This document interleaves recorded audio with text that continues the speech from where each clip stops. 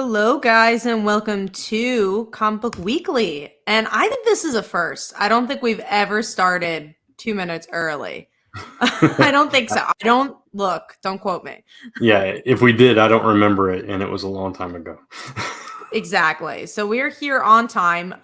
As you notice, Mike is not going to be on with us this week because, he lives in Florida and it seems like there's another hurricane. So, he is dealing with that. So, I thought, why not? Me and Brant could do the show. So, we are here. We have done it before, so hopefully we can hold down the fort. Yeah, we could definitely hold down the fort. I think we're okay. right. Yeah. And we have a lot of big books to talk about. Not as much big news, but there are some interesting topics to talk about this week. So let's jump in with some news. So let's start with some media news. So we have Sandman is renewed. I feel like with this landscape of today's media, hearing renewals is so far in between compared to cancellations. Yeah, for sure. So, and it's cool. I know a lot of people love Sandman. I don't know if a lot of people love the show, but apparently enough to renew it.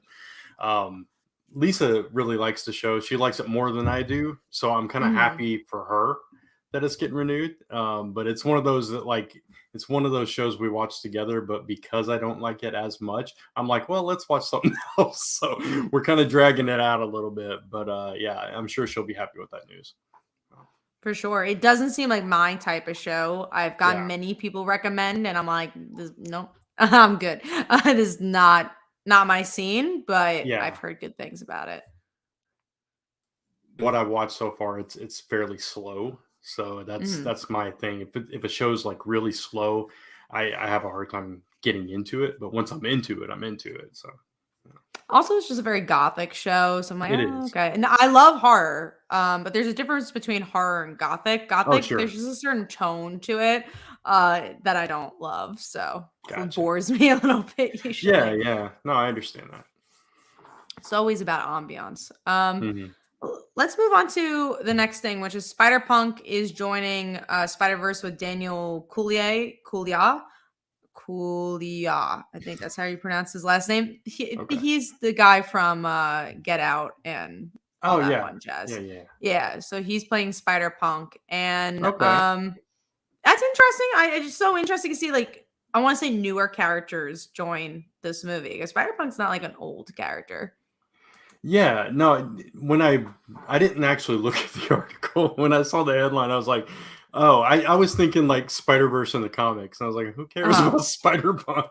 Right. But that's just a little more interesting now that I know that it's for the movie. No, that's cool. It'll be interesting to see that character come to life on the screen or, in animated form or whatever. So. For sure. I mean, it's a cool voice actor as well. So I'm very excited for the movie once it eventually comes out. I know you love that first one.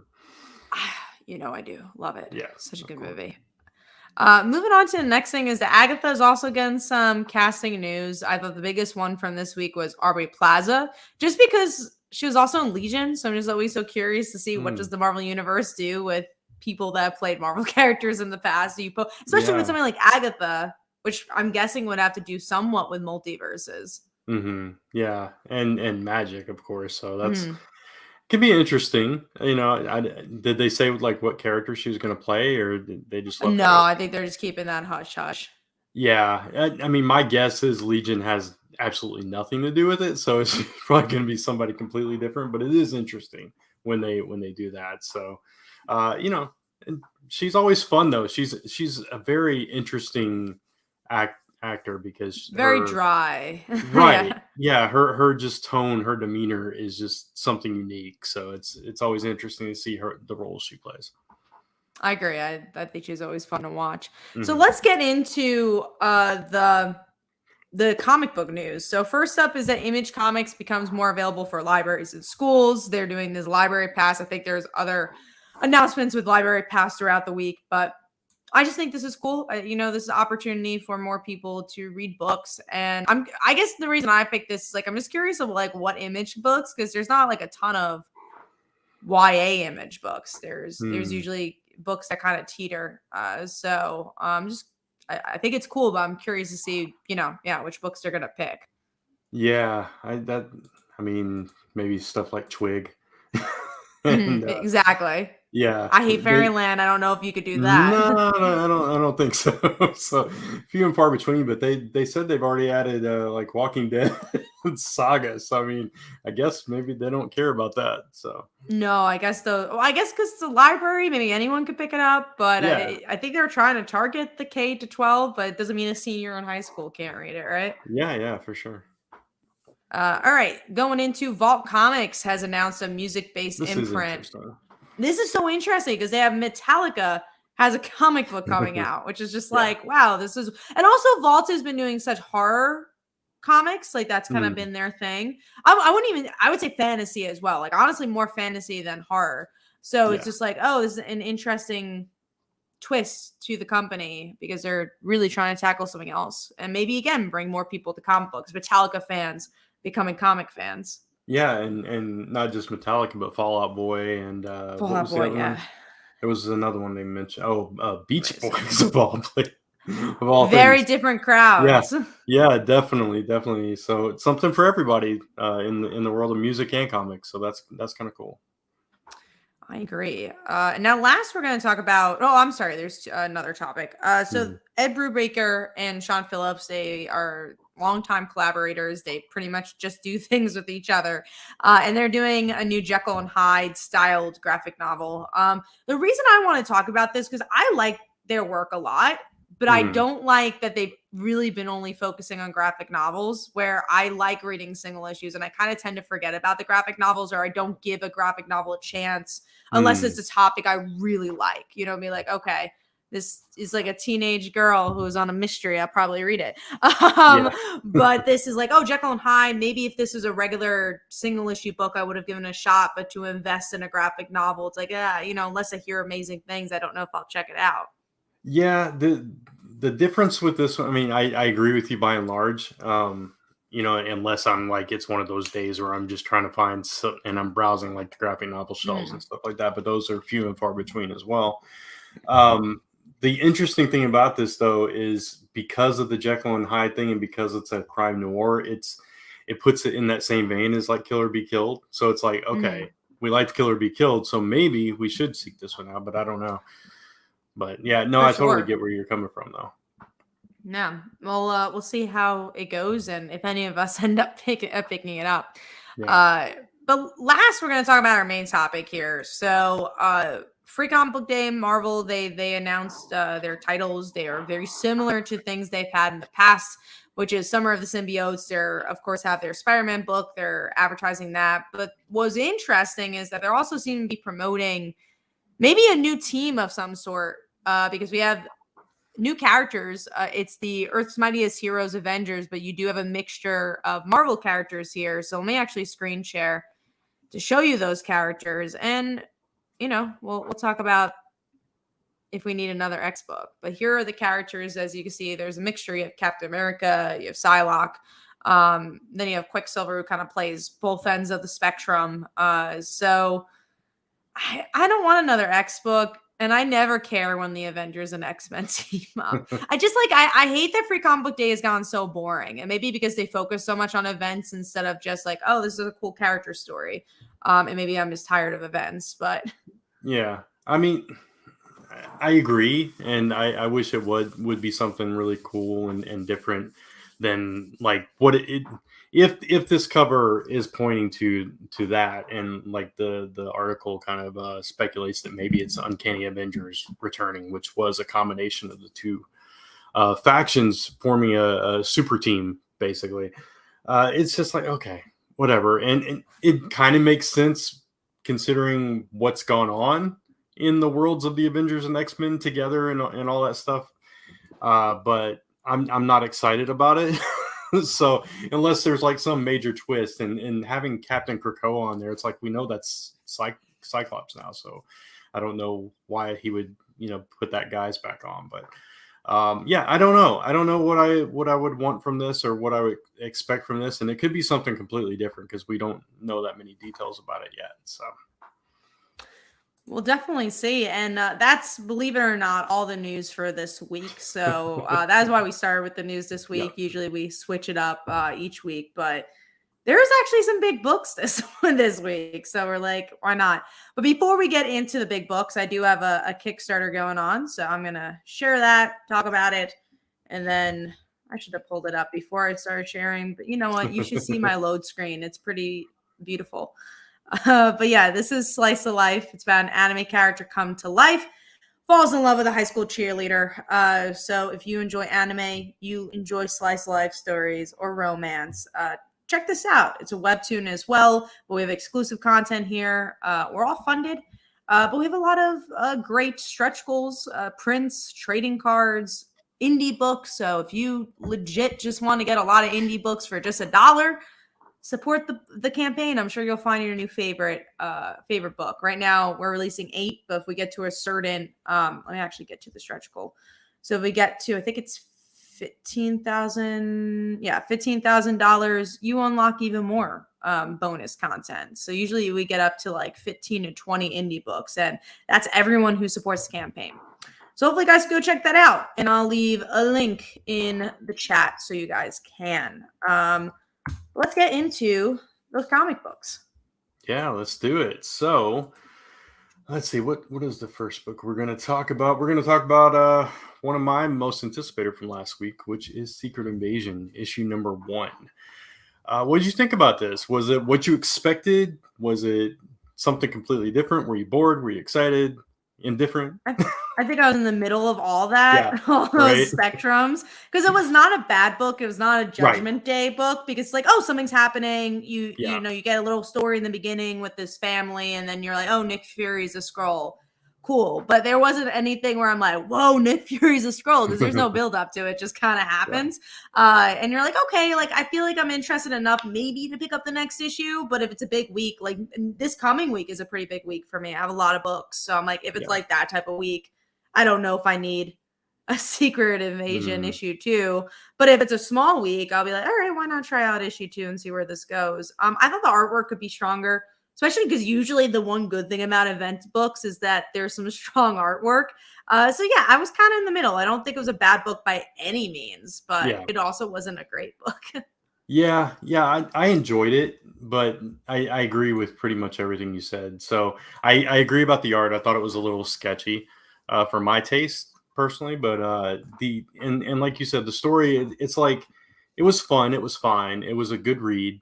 I had a good time reading it, but it felt like the first like third of a book. You know, it's like, where's the rest of the story? I need more story to give me a complete issue there. But you know, it was a fun, like, okay, this is where we're at. You know, they're impersonating high level people in Marvel. So where's that going to go? So that's kind of cool if you're into that. So hopefully it'll continue to be entertaining and finish strong. We do have a Facebook user ask, so what did Secret Invasion stem from, or is it just leading up to the Disney Plus series? Neither. It doesn't stem from anything. It's definitely like promoting like Secret Invasion's gonna be a thing on Disney Plus, but I don't think it's actually tying into the show, so it's just kind of there. Yeah, it's just like this loosely tied in thing that they've had for years, where they pop up a different Secret Invasion kind of thing. Like we talked about last week, we had that other the family that was, you know, still masquerading and stuff like that. So I think they never left. Like after the first Secret Invasion, I think they still had Splinter Cells here and there and everywhere, and that kind of thing. So it's just been this loosely kind of planted thing that they just revisit whenever it's time to, you know, do something with it. So with that show coming up, I think it was like, okay, this is the perfect time to do something else with this title and get people hyped. So yeah, it's kind of like the Miss Marvel situation where they're like, we don't have an ongoing book for her, but we can make a mini series. Exactly. Yeah, for sure. All right. So that's Secret Invasion. Now, one of the other bigger books that came out this week, a lot of people were anticipating this because of Mark Silvestri, Batman and the Joker, The Deadly Duo, #1, which I thought was fine. I personally didn't love it, but I knew going in that I probably wouldn't, just because I've seen them team up before, you know, and this didn't really give me personally much new to hang on to.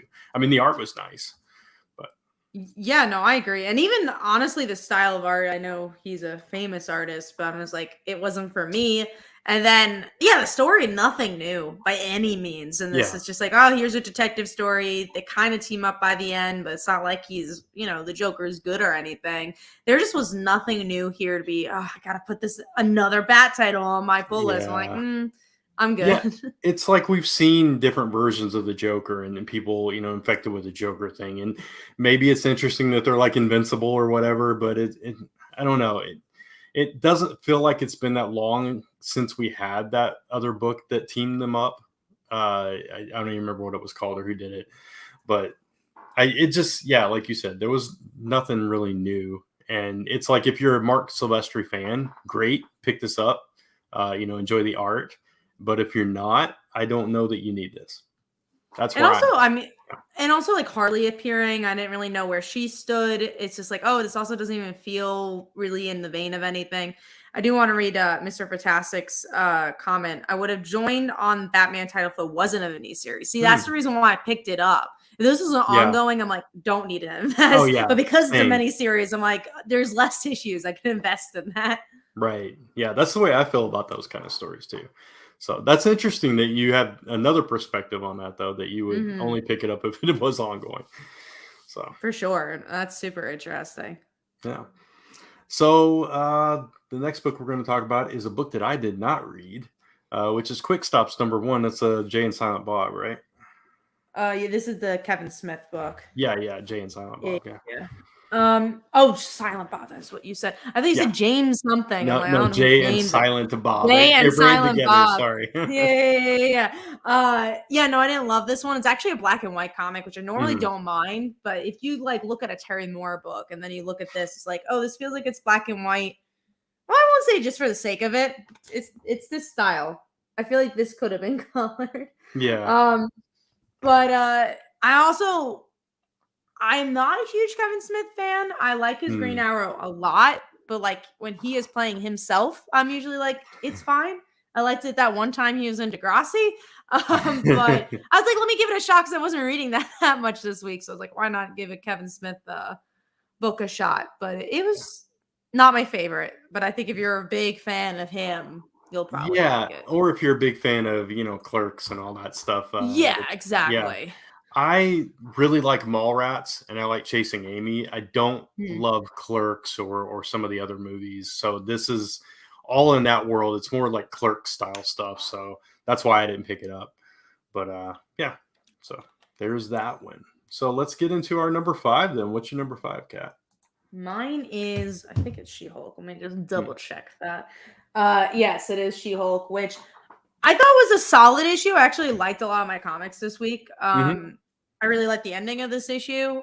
We got to see more finally, I wish Mike was on this show because it's like it's the classic Rainbow storytelling where it takes a while to get there, but you do actually get answers. She's not a Nick Spencer Spider-Man run where it's like you'll never know. Like there's always a build up, and we actually get that build up towards the end of this issue. The romance, surprisingly enough, is the part I didn't love in this issue because I'm like, I'm not feeling them as much. Like I think they're fine, but I think it took a lot of time of the issue. I'm like, oh, I really like the ending of it more. Yeah, no, I agree that the ending was better, but I didn't mind the romance. I thought that was fine. But as I was reading it, I thought the same thing. I was like, oh, I can't wait to talk to Mike about this because I know he was, kind of bummed that there wasn't more progression, and we finally got the progression here. So yeah, I like the way it ended, and it's definitely more forward momentum than we have gotten so far. So hopefully from here on, it ramps up, and Mike hasn't dropped it yet. So we'll see. But I enjoy it. Serenity says Rainbow's the writer. That explains why we had the random Runaways cameo. Loved it. Love seeing Victor. So much fun. I'm glad Rainbow was able to stick that in. Yeah, me too. And the Doombot stuff was just hilarious. It always was fun. So yeah, it's always fun. So I am Doom. It's good stuff. My number 5 was Punisher, number 7, which was the start of Daredevil and that whole confrontation and the hand and the fist and all that stuff. So I thought it was solid. It wasn't the best issue of Punisher so far, but I don't know. I like that, Daredevil got in his head and he's like, he thinks he's just being possessed by whatever this is. And you find out that Frank is like fully willing, and which we already knew. And now Daredevil's having to face that. So I thought that was good. Art's always strong in this book. You even got a little bit of Ares and his group thrown in here. So maybe it's going to be like a 3-way battle now. So good stuff. It's always a solid book. Yeah, no, I love this book. It's Yeah. one of my favorites, not just from Marvel, just in general. And honestly, the part I liked more, and this is surprising, is it's a Daredevil Punisher story. I genuinely love the flashbacks. I love learning more about the wife. I thought that was the strongest element of the issue and really made the issue. And you see the comparison of their religion too, which was really interesting. Yeah, for sure. And just like diving more into like the psyche of Frank Castle through those flashbacks and everything. And even though it's kind of a retcon, I think it's the best that the Punisher has been fleshed out like ever. I think it's better than the show. I know that's like the worst thing to say to people, but I like the show because of the actor. Like, I think he played Punisher really well, but the story sometimes was really slow and I just didn't care what was happening. This story is so interesting. You don't need to be a Punisher fan to genuinely just enjoy what's going on because it's so new. Because when you watch the show, it's like, okay, like I knew this information already, even though it's a much more dramatic tale of it. And I'm not saying I hated the show. I just think this is the best version of Punisher I've seen. Yeah, I've never watched the show, believe it or not. I don't think it's your style, so I think you're okay on that. Like, I don't think I finished season 2. Like, I only watched season 1. I liked the part of him in, it was Daredevil, right? Where he showed up. Yeah, I liked him in Daredevil, but I just never, I don't know, for whatever reason, I just never watched that. I don't think I even watched the last season of Jessica Jones, as a matter of fact. I did not either watch because at that point we understood the shows are being canceled. So I'm like, why do I need to finish it? Exactly. So that's kind of where I was too. But this series is great. If anybody's not reading Punisher, you need to go check it out. Even if you're not a fan. We do have an interesting question from Tevia here. Pretty much Dark Crisis versus Judgment Day. I don't think there's much of a competition. No. I don't love Dark Crisis by any means because it does still feel like a series that nothing's actually going to happen. It's just like, oh, what's the results of this? But it feels a little bit more like an event than Judgment Day. Yes. Judgment Day really just feels like, oh, it's that time of year again. At least Dark Crisis in some direction is trying. Yeah, I mean, Dark Crisis, at least out of that, you're going to get like this Golden Age stuff, and you're going to get universes, reinstated, and your characters we haven't really been focusing on for a while, like Justice Society and so forth. So at least you get that, even though the event itself is just going back to status quo. But with Judgment Day, that was like the worst Marvel event I have read in a very long time. It was so bad. Yeah, it was so bad and so boring. I hated it, and I was so disappointed with the way it ended. So I remember reading that first issue because usually with an event, a Marvel event, there'll be like something there. Like I think Secret Invasion is a great example of that, where it's just like, it's not really my thing. I don't know if I love it, but there's something there. Nick Fury is a Skrull. There's a story. Judgment Day, from that first issue, I'm like, wow, there's not even one thing I can find that I could like glob onto, not even like a cool costume design. It's like, it's kind of sad when I read a lot of Judgment Day. I didn't read every single tie-in, but like the books I was reading, I still read the tie-ins, right? So the only issue that I enjoyed of Judgment Day was a random issue of X-Men Red. That's it. Everything else just sucked for me personally. If anybody loved it, great. But in my opinion, I did not enjoy it. I found it very boring and it was preachy at the end, and it ended with, again, going back to status quo and nothing is really affected. So yeah. Anyway, let's move on from that. Don't want to bring the show down. Let's talk about Deadpool #1, which I know you did not read. I didn't. I'm surprised that you tried it out. I always try Deadpool. At least an issue or two, just because I want to love the character. I like the movies a lot, and I like and I like the character. I just don't always love his books. I thought this was decent. It wasn't really anything, groundbreaking for Deadpool. He's caught again, and he's being tortured again. An alien.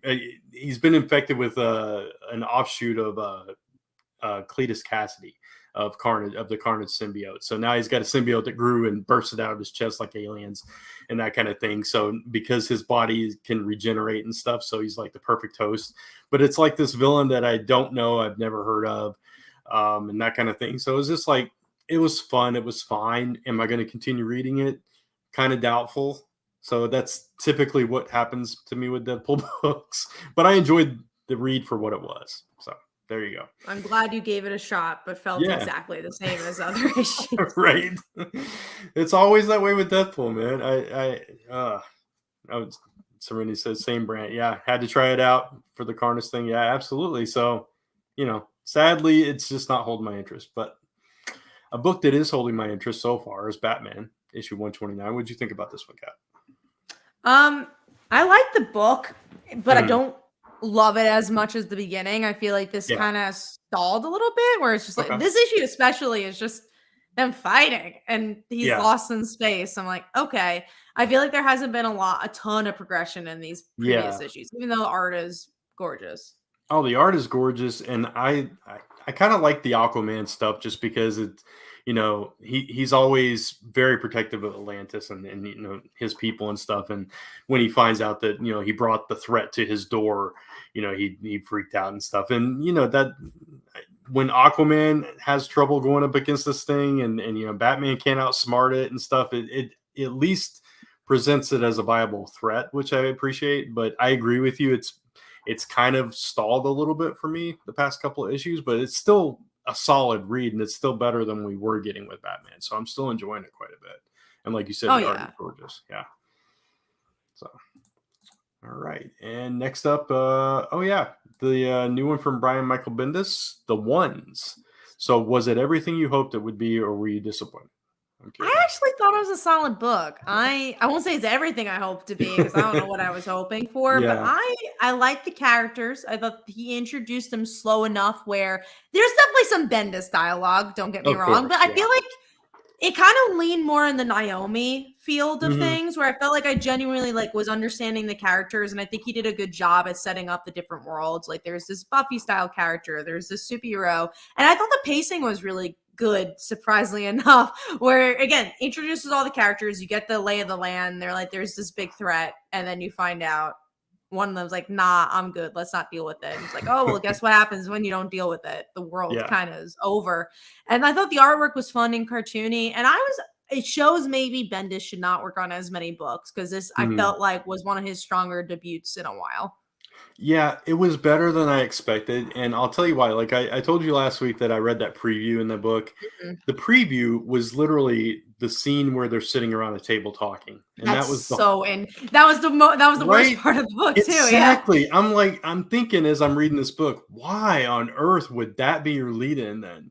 I guess to show the different characters were there. Yeah, exactly. But it was like, man, that was the most boring lead in, and it had me so down on this book that I was actually pleasantly surprised when I read it. I was like, okay, this is not bad. It wasn't one of my favorite books. It didn't make my top 5 or anything, but I did enjoy it, and I will get the second issue based on that. But I agree with everything you said. I like the variety of characters you got, and that they're all the one. And like you said, the apocalyptic world that becomes when they don't act. So it was good. It was solid. It was a good setup. I was surprised that there was story, because a lot of times with Bendis it's just like, here's this one character, let's have this one round of dialogue, and he just did a much better job at explaining things. And like the character that was pulling them all together was interesting, because he couldn't wrangle them, and he couldn't convince some of them, and it was just like he was at a loss, and he had no powers, and he was just some regular dude. So I thought that was an interesting kind of leading character as well. For sure. Yeah. All right. So moving on to our number 4s. Mine was actually Batman. So we just talked about that. So what was yours? And mine's the new Champion Shazam. Not a bad issue. Again, actually really like my top 5 this week. The only reason this is a little lower than usual is just because it's that point A, point B issue you kind of need to get to the end of this arc. But I still liked it. I love Mary. I want more of this book. I liked where Darla ended up in the end of this issue. I liked their confrontation in this one. It's such a good book that I really wish more people were talking about because it's such a good creative team.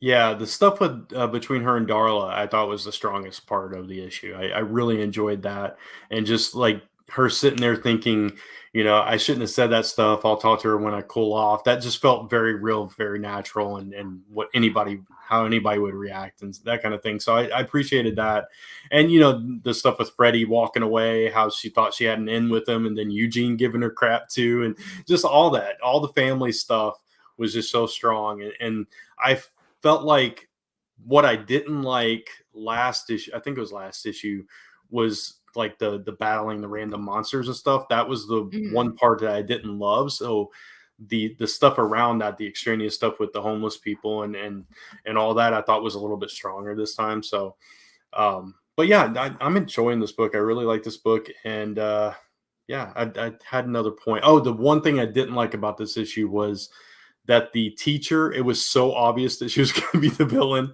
from her little monologue. For sure. That it was like, oh, did we really have to like go that on the nose with it a little bit? But it was fine. It was just one little nitpick, but I enjoyed it. All right, moving on to our next big book then, which is Dark Knights of Steel. It's such a good book. Yeah, it's so good. Yeah, that ending. I mean. Yeah. Right? Yeah. Oh man. But it shows that someone's taking them over. Like it shows that Supergirl didn't kill Black Lightning because now it's getting obvious. Like, why would she do that? I think it was that there was no lead in to that ending where it's like, oh, okay, which is good. You're like, wow, that just happened. But even before that, I really like the Ollie and Black Canary scene. Like, it's just like, okay, this book's back, and this is Tom Taylor at his best. Yeah, and Wonder Woman trying to keep the peace and trying to keep everybody from going to war, and Anissa not really wanting to go to war and being thrust in that position, and then the kid that actually lived. I mean, there was so many elements and layers to this issue, and again, like you said, that the cliffhanger, the ending, it was like, man, that just hit you like a ton of bricks. I did not see that coming. It came out of nowhere, but it was like, oh man, I cannot wait for the next issue and the blowback after that. So yeah, so strong. I love this book. This is like it's so good. Yeah, it's one of my favorite books on the stands right now. So absolutely. Do not need to like mythical magic medieval things because you don't like any of that. Hate all of it, and somehow love this book. Again, I think it's because Taylor has the leeway to do things because it kind of shows you how much editorial it really does kind of, lead the way in some regards. You see it, I would say, with Son of Kal-El a bit. You saw it with his Spider-Man run, but when he has the reins to do anything, you see it with this. You saw it with Seven Secrets. It's the best way he can write. Yeah, absolutely. All right. Next, we already talked about Punisher, so let's talk about the new Charles Soule book, Hell to Pay. Are you going to get the second issue? I didn't even pick up the first. You pick up the first one? Okay. No, I'm curious to hear what you think about this one. Sorry. It's so interesting with Charles Soule. It's so interesting with Charles Soule. Like, I feel like he left for a long time, but he was just doing things that I don't read. Like, he does a lot of Star Wars stuff. So I'm like, oh, he's been around, but like, I don't read any of those things. Right. So I didn't love it. I'm probably not going to get the second issue. And it's I don't think it's really your thing either. It's the cover looked interesting. Yeah. I mean, it's about like these two people that are collecting these coins from hell, and they have currency that spills over, and people can use this currency to basically get wishes and riches and all that stuff. And so they're collecting them so that they can get their lives back.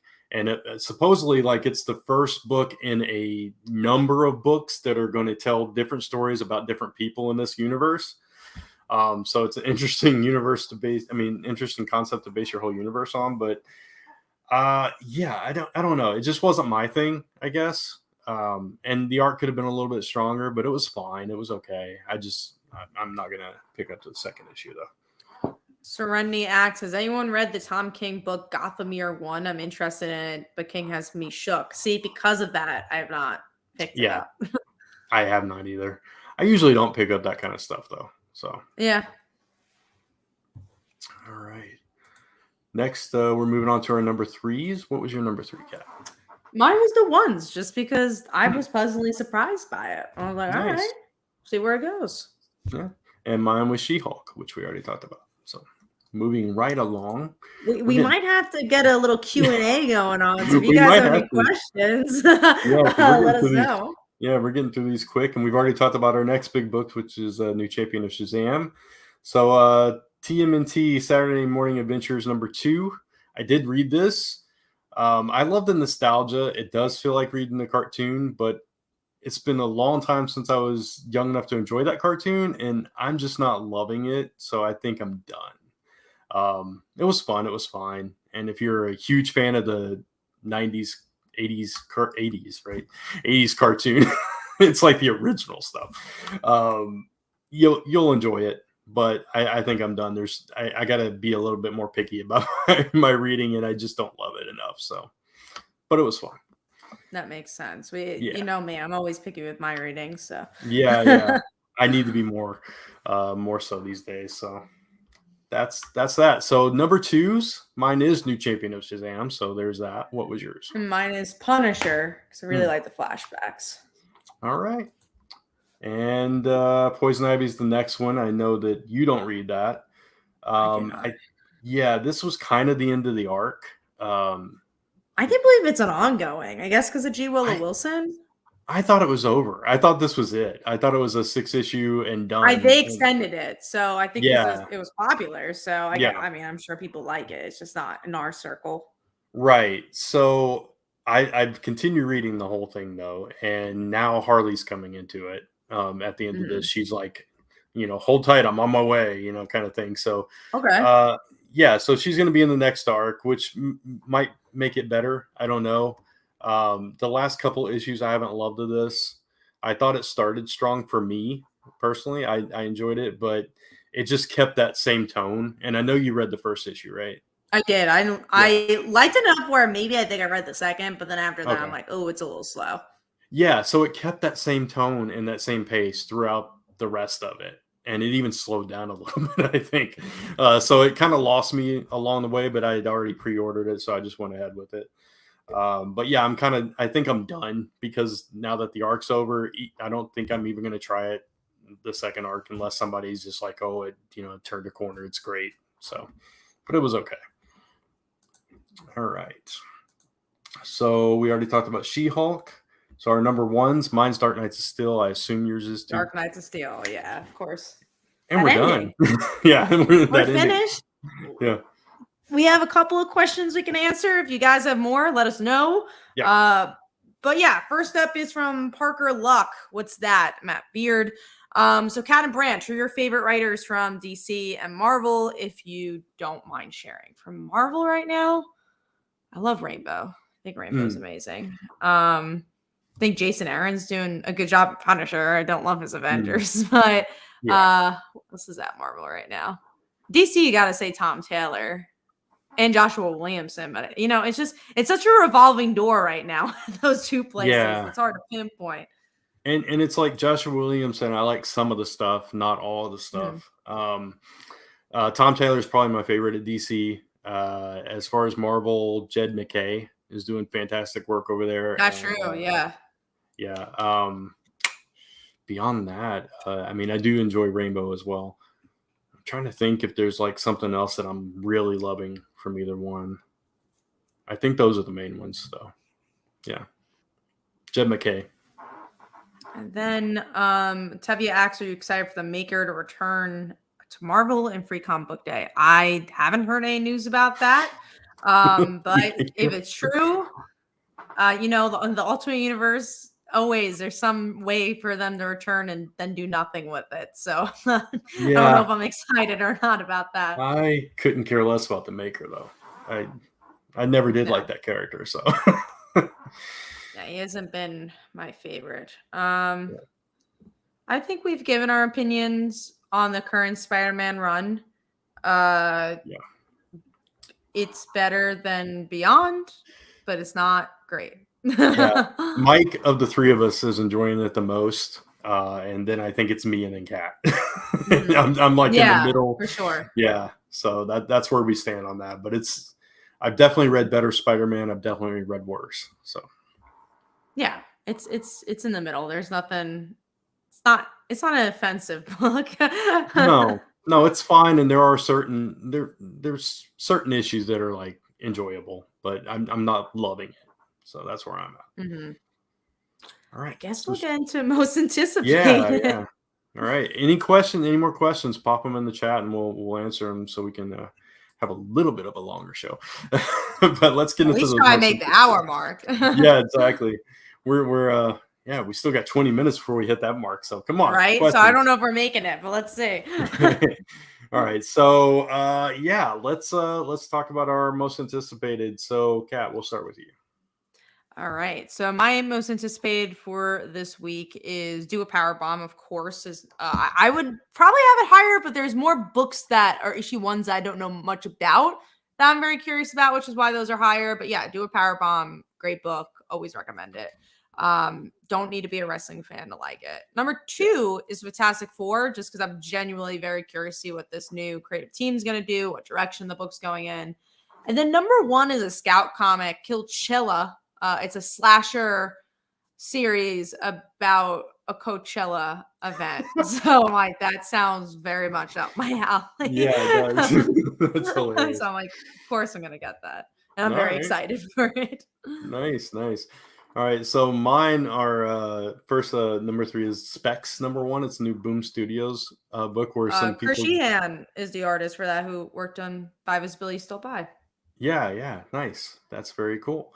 The story is like they get some X-ray glasses and they start seeing things. Like I don't know if they're zombies or whatever, but it put me in mind of the old Roddy Piper movie They Live, where he had these sunglasses where he was able to see aliens walking around as humans. So I was like, okay, that sounds kind of cool and up my alley. So I'll check that out. Do a Power Bomb, of course, is my number 2, and then Wildcats, which I'm not excited for, but I am anticipating and I'm hopeful, because I'm always hopeful for a good Wildcats book, and hopefully it doesn't Deadpool me. So we'll see when it comes out. I hope not. But isn't that always Wildcats to be disappointed about? I don't know. I've never been like, ooh, I did the original Wildcats really be like... I mean, I was younger and it was the 90s and Image was new, and so I liked it then, but every other iteration of Wildcats that I've read, I just cannot get into. And it just, especially once they got into the actual DC universe, I don't know. And that's where they're at now, I assume. So we'll see what they do with them. And hopefully it can keep my interest. For sure. But that's all our most anticipated. We got some questions. We'll get through those. Willie says, are you excited for Black Panther 2? It's been getting good reviews. I love the first one. So I got my tickets for Thursday. Excited to see it. Nice. First one was really good. I'm hoping the second one is equally as good, all things considered. So yeah, I'm excited for it. I don't know when I'm going to get a chance to see it, but yeah. And then Mr. Fantastic said, Kat, what does it feel like to be the Michael Jordan of comic reviews? I don't know about that, but if you want to give me that title, I'll take it. You're a baller. Oh yeah. I also own a shoe company. I do not. I wish I owned Jordans. Willie says, what's your favorite superhero show of all time? Wow, that's hard. Right? That's a hard one. I don't know. I think Gut Reaction Heroes. I don't even know if I could count this as a superhero show, but just because love that first season. Yeah. Have a connection to it. If we're just basing it on gut reaction and stuff, Heroes would definitely be in my list. Right. What gave me pause was I was thinking of full runs, and I'm like, oh well, this one lost me there, and that one lost me there, and and that kind of thing. Nothing's was great. Right. Nothing's perfect. Yeah. Heroes, when you get to season 3 and beyond, is even season 2 wasn't season Harley 1 was Quinn, perfect. I think, is a great show. I'm gonna actually give it to Harley. That's actually been a really consistent show. Okay. Yeah, I do really love Heroes. That's like one of my favorite shows of all time. So that and maybe Agents of Shield. I'm the only one of us that stuck with it, and I enjoyed it till the end. Yeah. And then they said, you know what, we have Disney Plus, so right. we're gonna cancel you. Yep. All right. Well, next up is from Serenity. Real life question: how do you guys deal with stress or negative thoughts? Any special rituals or routines? Watch a lot of reality television. Man, that's a tough question. I don't know That's a how deep real one. I don't know how real you want me to get, because I deal with a lot of stress and some other stuff. So I usually try to unplug and just like go do something that I enjoy. Binge a show, read some books, and get away from comics, because comics brings a lot of my stress, because it's what I do for a That's living. the root. Yeah. So, but yeah, it's usually just unplug and do something that I can just totally relax and just kind of not think about things. That's what I do. Tavia asks, any opinions on Titan season 4? I never finished season 2, so I have no opinions. I still have 4 episodes, I think, left of season 3 before I can get into season 4. That's not bad. Not bad. You'll get there. Yeah. We also have a question from Parker Luck. Since you're both independent comic creators, I was wondering if you both look into other independent comic book projects outside of your own. All the time. Honestly, it's part of the job. Like you make friends with people, so it's just like you literally just want to look at your friends' projects, but also doing Kickstarter. You can't just like do a Kickstarter and not look at anyone else's Kickstarter ever. You kind of need to know what's on the platform. So I feel like, I think that's part of it all. It's just always looking at projects and figuring out what's out there. Yeah. I mean, I back a lot of Kickstarters more than I should, and I've actually slowed down quite a bit the past month or so. Dancing and punching out of the stress and anger. Yeah, if I didn't have back problems, I'd probably do something physical. I used to play basketball when I got stressed out. That's my go-to. It's so funny. Sometimes I just play, like most of the time I play basketball just because I want to play basketball. But my brother, I think it was like a couple of months ago, I went to go play basketball, and my mom told him like, "Oh yeah, Kat went to go play basketball," and he was like, "Oh, is she upset?" Yeah. It's kind of funny. When my stepdad died when I was 15, I was like, I asked my teacher, I said, can I come to school just to play basketball at recess or whatever? Yeah. And they were like, yeah, sure. So I just went and played basketball with my friends at school. That kind of thing. That's what I used to do to get rid of stress all the time, but I can't because of my back these days. But anyway, what was what were we talking? The independent comics. I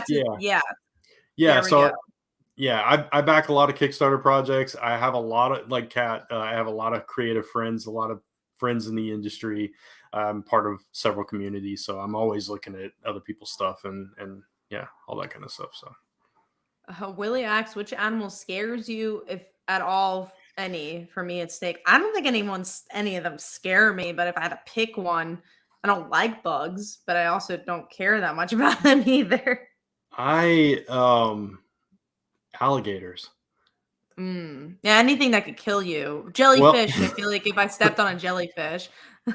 I'm sure I have told you this story, Kat, but when I was 3 and 4, I lived on a wildlife preservation island in South Carolina.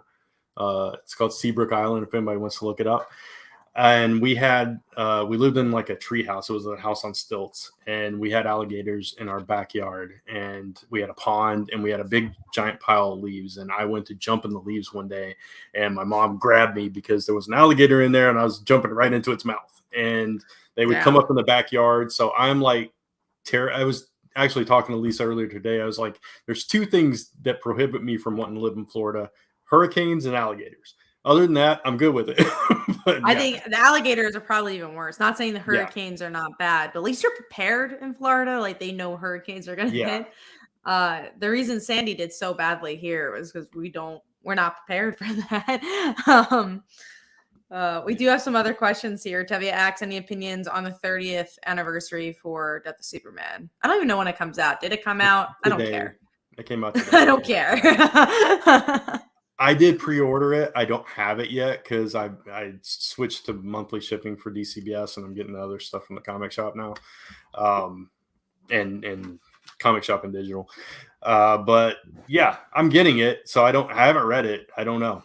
I'll let you know when I do. I think not them. I understand the importance of Death of Superman in history, but I don't understand the importance of the nostalgia now.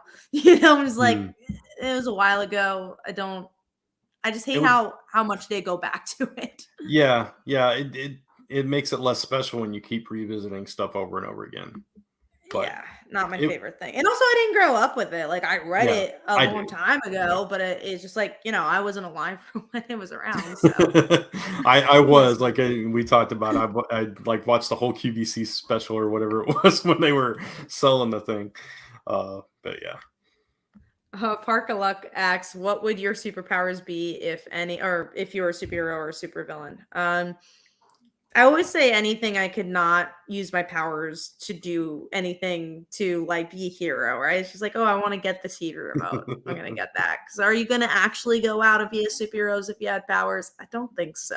I don't think in real life you're going to do that. Not most people. I think you're probably right there. Me, I'm always just like in general, not thinking about hero or villain kind of stuff. When it comes to powers, I'm always torn between, do I want telepathy? Or not like reading people's thoughts. Oh no, thank you. It's like there's this part of me that's like I want to know what people think about me, but then again, I don't want to know what people think about me. But I could use it. I would probably use it for nefarious means if I had that ability, which is not. Use it for poker. Honestly, I think that's the only thing I'd do it for. Or like invisibility, just so I could like move around without having to deal with people in bad mood. Yours is definitely more malicious towards people. Right? I'm terrible. I'm actually a terrible like person. I really want people to know I'm a fly on the wall and I could get information from them, or I'll just read their minds and get information. Any way to get a leg up right now? I'm kidding. I mean, hey, we live in a world where teleportation would be another one that I would. That's another one. Would be like. I hate that traveling. one. I think would be really good. Yeah, that is just like, oh, that'd be cheap too, right? Plane tickets are a lot, and gas is a lot. So why not? Yeah, make but I would less expenses. If you've ever seen that movie, was it Jumper? I'd be like that. I'd be like that dude though. Remote's on the other side of the couch. I'm just gonna teleport over there instead of scooting. That'd be me. Oh, for sure. And I wonder if you get to teleport other people. I think that's important too, because then you could be like Saranara. For sure. Yeah. So that's another question. Infamous Mike says thoughts on Milestone reboot so far. I haven't loved anything, sadly. I would love to love something, especially Static, but nothing's really piqued my interest. Static was the only one that I kind of liked. I didn't love it. I do wish it was a little stronger. I did like those first few issues. Yeah. But yeah, not enough to get that next volume, but it was enough for me to finish the first one. Exactly. Same. And all the other books I tried, I didn't love. I think was Duo one of those, or was that something different? I think it's part of Mouse. Yeah, I tried a couple issues of that, and it didn't hold my interest either. So sadly. Next up from Willie, who would you want to publish your book of if you made one? I mean, see, comics are so much more complicated than that, I feel. Business-wise, you make more money by self-publishing. Not saying like there's definitely benefits to publishing with a company. And I would say it's like from the point of view of you guys who are Wednesday warriors or really, buy more from the direct market. There's more clout in the direct market in that way. But if you actually look at the numbers, you're making so much more money on Kickstarter or independently making your own comics than you would in the direct market. I think there's just, and not to say I wouldn't do the direct market. I think you just got to do both. And I don't know if it's the dream of like, I need to get at this publisher because it's so much more complicated than that. Yeah, it's like unless you're one of those big names that, is doing tons of books and then you can do your own thing and still make a bunch of money on top of that. You're not making a whole lot in the through a publisher. But yeah, it would simply just be like Kat said, just getting out there for more people, like people that just read mainly stuff that they buy at their comic shop.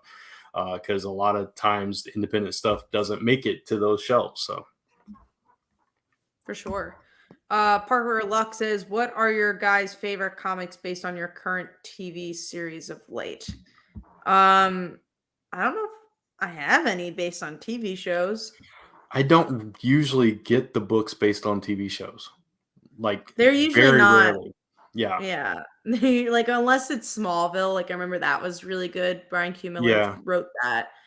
There's just every blue moon that'll be good. But most of the time it's just like, oh, we have this IP. Why not do something with it? Yeah, and I think I had friends that enjoyed Buffy when it was a direct follow-up to the TV show at the time. But I hadn't watched the show at that point, so I wasn't reading it. But I know they liked it.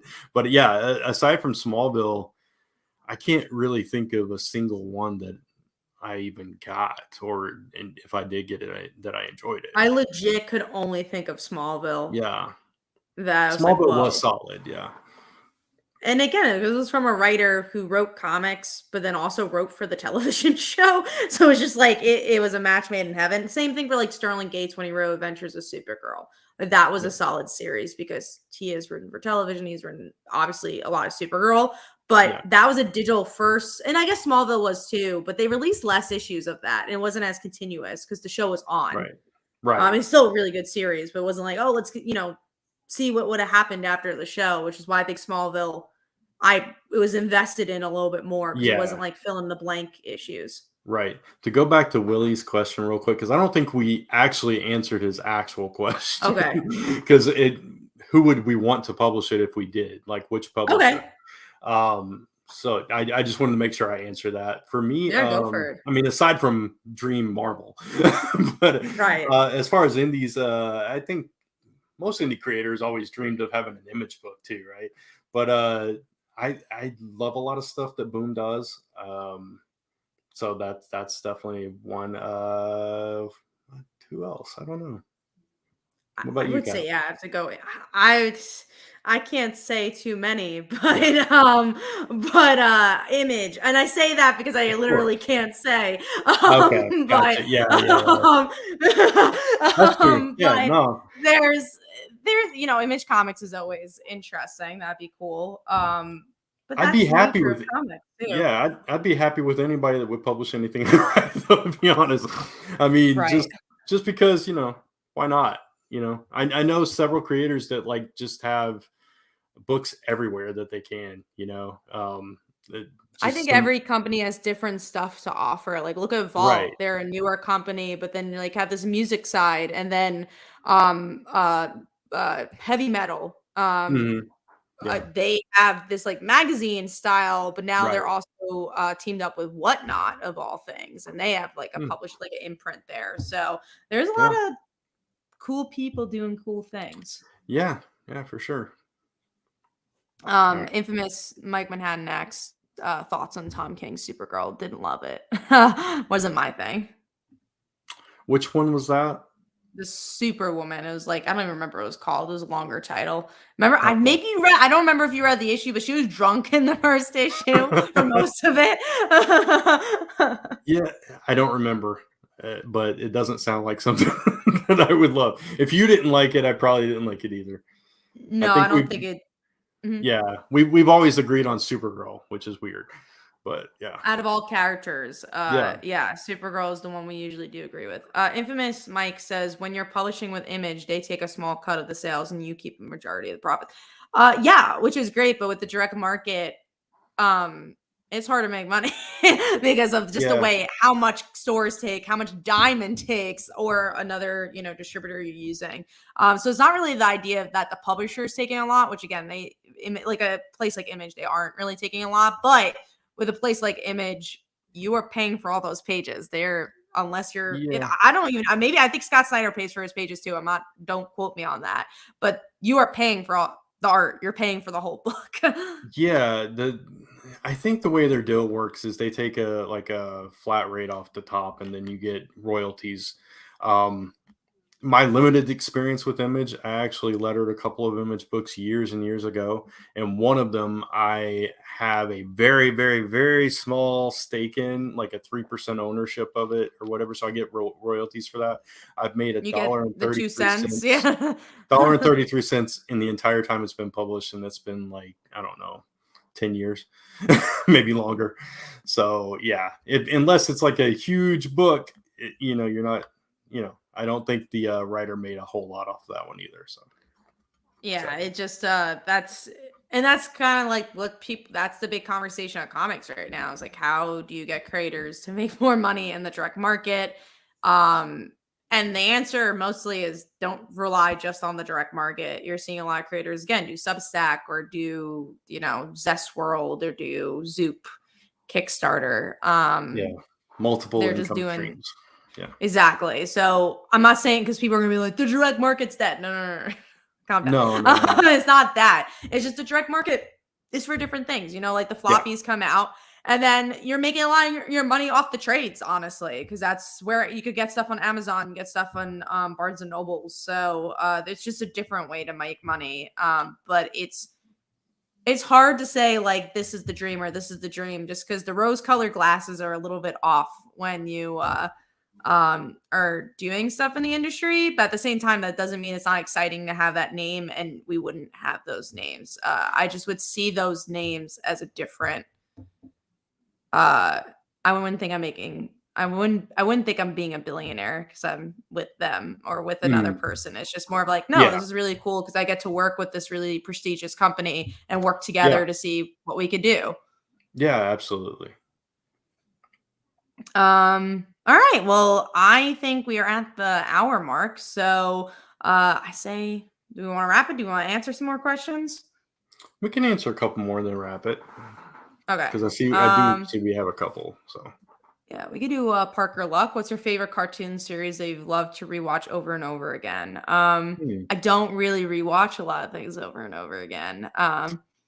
But I liked X-Men Evolution a lot. I rewatched that a lot as a kid. I haven't rewatched it like currently. Yeah, X-Men Evolution was really good. Man, I don't know that there is a cartoon series that I would watch over and over. There are certain like live action shows that I do watch, like mostly sitcoms that I watch over and over. Yeah. I don't know. That's a really tough I'll watch question, actually. I'll watch Yeah. SpongeBob over and over again because it's a really good show to go to sleep to. Which is so weird to say, but if I really can't go to sleep, I'll put on like an episode of SpongeBob because it's always on. And also it's just like I know the episodes, so I don't really need to be like, oh, what happens next? I just go to bed, just noise. I'll tell you, when we were watching my niece, we watched a lot of Little Bear and a lot of Pink Fong and a lot of.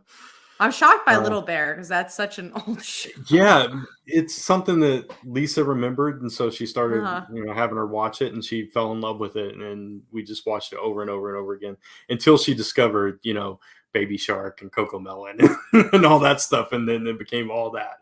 So now it's Coco Melon is her thing. But I don't know. I really don't know. X-Men Evolution, I did rewatch several episodes, and Hold up. Yeah. Sorry, said no Recess or Pepper Ann. I mean, good shows when I was a kid. I think they have good theme songs. I haven't rewatched them. And I don't think that's Brand's era. That was a bit more my era. Yeah, don't think that was Brand's era. Willie asks, what is more important on telling a story, writing or character? You mean like dialogue? I think if your writing's bad, it doesn't matter if your character's cool. Or you're talking about like character work versus like the plot, like plot based or character based. Is that what you're talking about? I mean, then character based, at least for Absolutely. Me too. I always enjoy a character story more. Serenity asks, I do that too, Kat, but instead of SpongeBob, sitcoms like Friends, Living Single, Big Bang Theory. Oh yeah, for sure. Especially when I was younger, I would watch like show. I would watch like Full House, stuff like that. So because they're easy, they're things you've seen. A lot of Seinfeld. I used to rewatch a lot of Friends. I still rewatch Big Bang Theory whenever I come across it or whatever. So,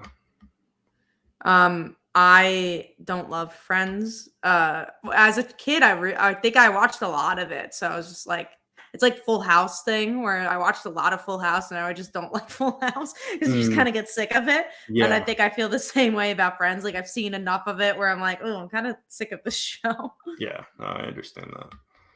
I just recently rewatched the entire run of Community because they announced they were doing the movie. Yeah. Yeah, so I rewatched all 6 seasons. And did you enjoy the ride? I did enjoy it. Yeah, I love that show. So it is a fun one for sure. I have not seen it since it's been on air, so maybe I should do a little of a rewatch or at least of certain episodes before that movie comes out. I don't know that it would air like they would be able to do it today with the culture that exists today, even though it was always built to fight that in a weird comical way, but it still leaned into it a lot, you know? For sure. Let me see if there's anything else. Oh, I mean, we do see something else that I would block. I don't think it's on Comic Book Weekly's channel or it's not showing up, but in our minds, we're blocking that. All right. Well, I think those are all the questions. So I'm going to cough, maybe. So let's wrap up the show before I die. But Brant, what do you got coming up?